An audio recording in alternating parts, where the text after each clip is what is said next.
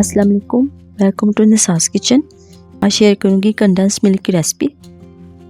दूध आधा किलो, चीनी 2 कप,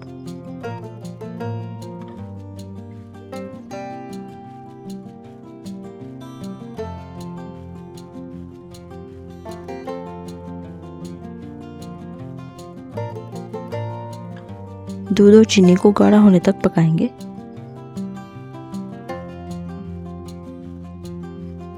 और साथ ही साथ स्टर करते रहेंगे।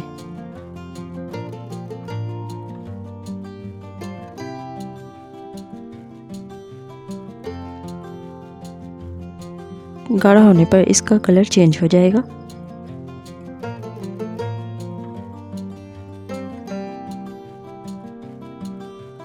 इसमें शामिल करेंगे half tea spoon baking soda,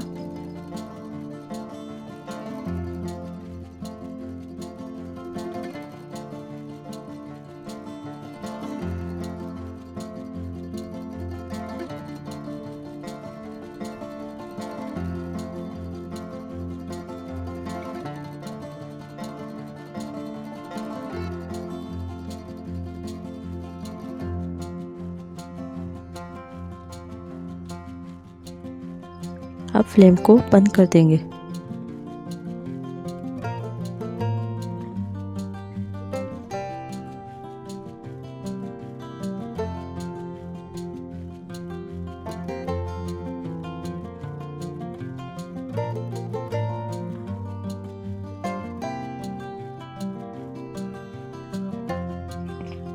अगर आज की रेसिपी पसंद आई हो तो इसे लाइक करें।